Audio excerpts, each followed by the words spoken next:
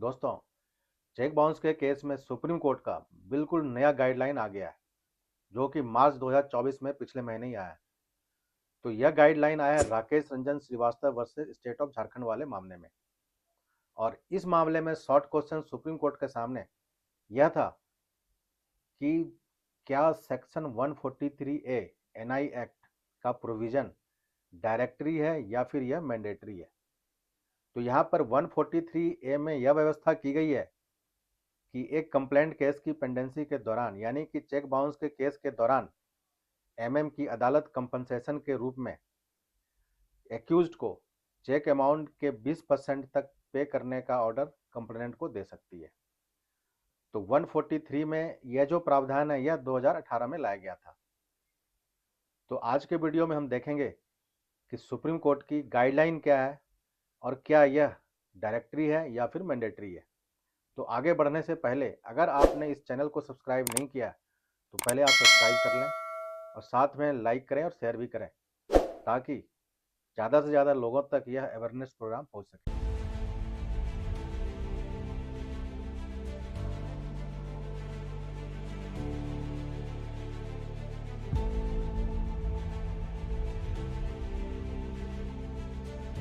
तो आगे बढ़ने से पहले हम पहले यह देखेंगे कि इस मामले में फैक्ट्स क्या थे, यानी फैक्चुअल एस्पेक्ट्स क्या था। तो इस मामले में दो पार्टी के बीच, जो कि झारखंड का मामला है, दो पार्टी के बीच एक सिविल डिस्प्यूट चल रहा था रिकवरी का, जहां पर रिकवरी अमाउंट था 4,38,00,000 अराउंड, यानी कि इतने अमाउंट का एक रिकवरी का डिस्प्यूट चल रहा था। फिर उस मुकदमे के दौरान, सिविल मुकदमे के दौरान, दोनों पार्टी आपस में कॉम्प्रोमाइज करते हैं और वहां पर एग्री करते हैं 4,25,00,000, यानी एक पार्टी एग्री करता है 4,25,00,000 की देनदारी, और वहां पर एक पार्टी दूसरे पार्टी को उस देनदारी के एवज में 4,25,00,000 रुपए के दो चेक दे देते हैं। फिर दूसरी पार्टी उस चेक को अपने बैंक में डालती है और वह दोनों ही चेक जो है डिसऑनर हो जाता है। अब चेक डिसऑनर होने के बाद जो है आपको 30 डेज के अंदर अंदर दूसरी पार्टी को एक नोटिस देनी होती है कि आपका cheque so and so dishonour हो गया है, आप उस चेक अमाउंट के अगेंस्ट आप पेमेंट करें। फिर अगर उस सर्विस नोटिस की सर्विस के बाद 15 दिन के अंदर अंदर अगर चेक अमाउंट की पेमेंट नहीं की जाती है, तो फिर आपके फेवर में जो है कॉज ऑफ एक्शन हो जाता है, बन जाता है 138 एनआई एक्ट में। यानी कि फिर आप 138 एनआई एक्ट की कंप्लेंट आप लगा सकते हैं उस एक्यूज्ड के ऊपर जिसने वह चेक आपके फेवर में इशू किया है। तो इस केस में भी चेक बाउंस हो जाता है। फिर वह नोटिस देता है दूसरी पार्टी को, और उस नोटिस देने के 15 दिन के बाद बोकारो की कोर्ट में, डिस्ट्रिक्ट अदालत एमएम की कोर्ट में, वहां पर वह 138 एनआई एक्ट में मुकदमा डाल देता है। फिर उस मुकदमे के दौरान एमएम की अदालत 143 एस एनआई एक्ट में एक ऑर्डर पास करती है और कंप्लेनेंट के फेवर में 10 लाख रुपए कंपनसेशन ग्रांट करती है और एक्यूज्ड को डायरेक्शन देती है 10 लाख रुपए कंप्लेनेंट को पे करें। अब 143 ए के उस ऑर्डर के अगेंस्ट जो एक्यूज्ड है, जिसने चेक इशू किया है, वह सेशन कोर्ट चला जाता है रिवीजन में, उस ऑर्डर को चैलेंज करता है। सेशन कोर्ट ने भी उस ऑर्डर को बहाल रखा, यानी कि उसकी उसकी रिवीजन को डिसमिस कर दी। अब जो है एक्यूज्ड हाई अपील में हाई कोर्ट आ जाता है। हाई कोर्ट भी एमएम के अदालत के जो ऑर्डर हैं उसको बहाल रखती है, और फिर वहां पर भी जो है एक्यूज्ड की अपील खारिज कर दी जाती। अब जो है एक्यूज्ड, यानी कि राकेश रंजन श्रीवास्तव, वह अपील में जो है सुप्रीम कोर्ट आ जाता है। नीचे की दोनों ही अपीलेट अदालत के द्वारा उसकी अपील डिसमिस हो जाती और वह सुप्रीम कोर्ट आ जाता है। अब यहाँ पर आगे बढ़ने से पहले जो एमएम की अदालत ने जो ऑर्डर किया था, वह ऑर्डर रीजेंट ऑर्डर नहीं था, वह बिल्कुल मैकेनिकल वे में एमएम की अदालत ने कर दिया था। और उस ऑर्डर में एमएम की अदालत ने ना तो कंप्लेंट देखा और ना एक्यूज्ड का डिफेंस देखा। अब सुप्रीम कोर्ट के सामने अपीलांट का आर्गुमेंट होता है कि एमएम ने जो ऑर्डर पास किया है यह बिल्कुल मैकेनिकल वे में ऑर्डर पास किया है, और इस ऑर्डर में कहीं भी यह नहीं लिखा कि प्राइमा फेसाई केस कैसे बनता है, या फिर एक्यूज्ड का डिफेंस है या नहीं। तो यह ऑर्डर बिल्कुल मैकेनिकल वे में पास किया है।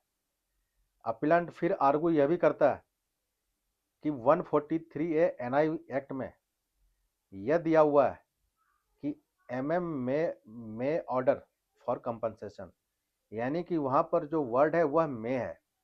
अगर वर्ड में है तो यह एमएम का डिस्क्रिशन है, एमएम का डिस्क्रिशनरी पावर है, वह अलाउ करे या ना करे, यानी कि यह मैंडेटरी नहीं है बल्कि डायरेक्टरी है। फिर अपीलेंट का आर्गुमेंट यह भी होता है कि एमएम की कोर्ट ने बिल्कुल माइंड अप्लाई नहीं करा, इस ऑर्डर को करते हुए अपने माइंड को अप्लाई नहीं करा, और साथ में क्वांटम पर भी एमएम ने अपने माइंड को अप्लाई नहीं करा। तो इस तरह से अपीलेंट अपने आर्गुमेंट को रखता है। अब जो वहां पर रेस्पोंडेंट है यानी कि पेई, जिसके फेवर में चेक इशू हुआ है, वह अपने केस के फेवर में आर्गू करता है और कहता है कि अगर कंपनसेशन के रूप में 143 ए के प्रोविजन को मैंडेटरी नहीं किया गया तो 138 का जो प्रोविजन है यह प्रोविजन ही फ्रस्ट्रेट हो जाएगा, यानी कि इसका ऑब्जेक्ट ही फ्रस्ट्रेट हो जाएगा। इस प्रोविजन को लाने का फिर मतलब नहीं था, क्योंकि एक केस का ट्रायल में सालों साल लगते हैं, डिसाइड होने में सालों साल लग जाते हैं, और अगर इन बिटवीन पेई को कुछ कंपनसेशन नहीं दिया गया मैंडेटरी रूप में तो फिर जो है 138 का ऑब्जेक्ट जो है नहीं रह पाएगा, उसका ऑब्जेक्ट फ्रस्ट्रेट हो जाएगा। फिर यहाँ पर पेई यानी कंप्लेंट यह भी आर्गू करता है कि चूंकि 139 एनआई एक्ट का प्रिजम्पशन कहता है कि अगर चेक इशू हुआ है तो वह तो यह प्रेज्यूम किया जाएगा कि वह जो चेक है फॉर कंसिडरेशन ही इशू हुआ है, यानी कि लायबिलिटी थी तभी चेक इशू हुआ है। चूंकि यह प्रिजम्पशन जो है पेई के फेवर में है तो इसलिए भी कंपनसेशन वहां पर दिया जाना चाहिए ड्यूरिंग पेंडेंसी। तो यह सारे आर्गुमेंट जो है वहां पर पेई यानी कि रेस्पोंडेंट अपने फेवर में रखता है। अब सुप्रीम कोर्ट इस मामले को खुद कंसिडर करती है, और यहाँ पर पहले सुप्रीम कोर्ट ऑब्जेक्ट पर आ जाती है 143 ए के ऑब्जेक्ट पर कि आखिर इसे लाया क्यों गया। 2018 से पहले यह प्रोविजन नहीं था, और यह प्रोविजन पहली बार 2018 में लाया गया। तो सुप्रीम कोर्ट पहले इसके ऑब्जेक्ट पे जाते हैं। तो सुप्रीम कोर्ट आगे ऑब्जर्वेशन देती है कि चूंकि एक 138 की कंप्लेंट केस का ट्रायल में कई साल लग जाते हैं, तो उस ट्रायल के दौरान अगर पेई को कोई कंपनसेशन ना दिया जाए तो यह उसके साथ नाइंसाफी होगी पेई के साथ। फिर सुप्रीम कोर्ट यह भी कहता है कि अगर पेंडेंसी के दौरान कंपनसेशन ना दिया जाए तो फिर चेक की क्रेडिबिलिटी भी कम हो जाएगी, यानी कि चेक से लेन देन जो होगा वह भी कम होगा और लोग उस पर भरोसा भी कम करेंगे। लेकिन सुप्रीम कोर्ट ने आगे यह भी कहा, आगे सुप्रीम कोर्ट फिर यह भी कहती है कि अगर यहाँ पर मे वर्ड को सेल में अगर बदल दिया जाता है, यानी कि 143 ए के कंपनसेशन को अगर हम मैंडेटरी कर देते हैं तो इसका जो है काफ़ी ड्रास्टिक इफेक्ट होगा एक्यूज्ड के ऊपर, क्योंकि जो 143 ए में जो ऑर्डर होता है, जो कंपनसेशन होता है, अगर वह एक्यूज्ड पे नहीं करता तो उसका डिफेंस का राइट तो रहता है, लेकिन वह कंपनसेशन जो है एज ए फाइन जो है एक्यूज से रिकवरेबल होता है। तो वहाँ पर अगर एक्यूज्ड के पास अगर पैसे नहीं है तो फिर उस एक्यूज्ड की प्रॉपर्टी को सेल करके अटैच करके वहाँ पर उससे वह अमाउंट रिकवर की जाएगी। और अगर आगे चलकर ट्रायल के बाद वह एक्यूज्ड अगर वहाँ पर एक्यूट हो जाता है तो फिर उस प्रॉपर्टी की रिकवरी वापस नहीं हो सकती, यानी कि वह प्रॉपर्टी उस एक्यूज्ड को वापस नहीं मिल सकता। तो अगर इसे मैंडेटरी करते हैं तो इसका इफेक्ट काफ़ी ड्रास्टिक होगा एक्यूज्ड के ऊपर, जो कि नहीं किया जा सकता। फिर सुप्रीम कोर्ट अपने फाइंडिंग में यह भी ऑब्जर्वेशन देता है कि सन 2018 में एनआई एक्ट में 2 अमेंडमेंट आए थे, जिसमें एक तो 143 ए ऐड किया गया था और दूसरा सेक्शन जो आया था वह 148 आया था। तो जहां 143 ए ट्रायल के शुरुआत में अलाउ की जाती है, यानी कि यहाँ पर ट्रायल से पहले ही कंपनसेशन के रूप में दी जाती है, वहीं पर 148 में जो कंपनसेशन है वह आफ्टर कन्विक्शन दिया जाता है। यानी कि 148 में यह प्रावधान है कि अगर ट्रायल के बाद एक्यूज्ड को कन्विक्ट कर दिया जाता है एमएम की अदालत के द्वारा, और अगर वह एक्यूज्ड अपील में जाते हैं अपलेट कोर्ट में, तो वहां पर उस एक्यूज्ड की अपील तभी सुनी जाएगी जब वह वहां पर जो भी कंपनसेशन या जो भी फाइन उस एक्यूज्ड पर इम्पोज हुआ है उस फाइन का 20% वह कंप्लेनेंट को पे करे, पेई को पे करे। तो सुप्रीम कोर्ट ने यह कहा है कि जहां 143A का कंपनसेशन ट्रायल से पहले देने का है, वहीं पर 148 का जो कंपनसेशन है 20% तक वह आफ्टर कन्विक्शन है। यानी कि वहां पर कोर्ट की फाइंडिंग आ गई है कि एक्यूज्ड की लायबिलिटी थी और एक्यूज्ड गिल्टी है, तो वहां पर तो वह प्रोविजन मैंडेटरी है। यानी वहां पर तो 148 में तो वहां पर सेल होगा, यानी वह मैंडेटरी होगा। लेकिन ट्रायल के शुरुआत में ही इस प्रोविजन को मैंडेटरी नहीं किया जा सकता। फिर आगे सुप्रीम कोर्ट अब इस केस में निर्णय देते हुए कहता है कि यहाँ पर एमएम की अदालत ने जो ऑर्डर करा 10 लाख रुपए का, क्वांटम पर अगर जाते हैं तो वह चेक अमाउंट का 5% भी नहीं है।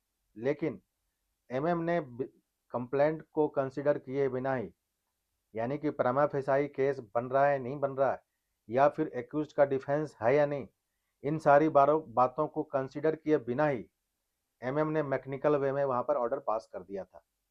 इसलिए सुप्रीम कोर्ट ने इस केस में उस ऑर्डर को सेटिसाइड किया और उस केस को रिमांड बैक करा एमएम के पास, कि ताकि वह एप्लीकेशन दोबारा से एमएम डिसाइड करे। और आगे इसी मैटर में सुप्रीम कोर्ट ने 143A के लिए 143A के एप्लीकेशन को डिसाइड करने के लिए सुप्रीम कोर्ट ने अपनी एक गाइडलाइन जारी कर दी। अब सुप्रीम कोर्ट अपना गाइडलाइन जारी करती है और कहती है, पहली बात तो जो प्रोविजन है 143A यह डायरेक्टरी है, मैंडेटरी नहीं है। यानी कि यह डिस्क्रिशनरी है, कोर्ट का डिस्क्रिशन है वह अलाउ करे या ना करे। फिर सुप्रीम कोर्ट गाइडलाइन में आगे कहती है कि इस एप्लीकेशन को डिसाइड करते वक्त जो है कोर्ट को पहले कंप्लेंट को इवेलुएट करना पड़ेगा, देखना पड़ेगा वहां पर कंप्लेंट क्या है और साथ में एक्यूज्ड का डिफेंस क्या है। दोनों को इवेलुएट करने के बाद ही एमएम की अदालत इस एप्लीकेशन को डिसाइड कर सकती है। फिर गाइडलाइन में यह भी कहा है कि इस एप्लीकेशन को डिसाइड करने से पहले एमएम की अदालत प्रिमा फेसाई फाइंडिंग देगी कि प्रिमा फेसाई केस मेड आउट हो रहा है। फिर इस एप्लीकेशन को डिसाइड करते वक्त 139 का प्रिजम्पशन इसका ग्राउंड नहीं होगा। फिर आगे कहा गया कि अगर एमएम को लगता है कि कंपनसेशन के लिए केस मेड आउट हो रहा है, तो फिर आगे उस कंपनसेशन के क्वांटम के ऊपर भी एमएम को अपना माइंड अप्लाई करना पड़ेगा, दिमाग लगाना पड़ेगा कि क्या क्वांटम वहां पर दिया जाए। फिर अगर कंप्लेंट और डिफेंस को देखने के बाद अगर एमएम को लगता है कि वहां पर प्लॉसिबल डिफेंस आ रहा है, यानी कि जो एक्यूज ने डिफेंस रखा है वह प्लॉसिबल है, संभव है, तो उस केस में जो है एप्लीकेशन डिसमिस होगी। यानी कि वहां पर एमएम की कोर्ट कंपनसेशन अलाउ नहीं कर सकती। तो इस तरह से ये सारे गाइडलाइन सुप्रीम कोर्ट ने जारी कर दिए हैं, जिस गाइडलाइन को फॉलो कर अब नीचे की अदालत और सेशन कोर्ट और हाई कोर्ट इस मामले को डिसाइड कर सकती है। तो इस तरह से इस गाइडलाइन का उपयोग कंप्लेनेंट भी कर सकता है और साथ में एक्यूज्ड भी कर सकता है। अगर नीचे की अदालत एक्यूज्ड के अगेंस्ट 143A में ऑर्डर कर देती है विदाउट एनी रीजन, अगर विदाउट रीजन दिए हुए ऑर्डर कर देती है मैकेनिकल वे में, तो एक्यूज इस जजमेंट को लेकर ऊपर की अदालत में जा सकता है।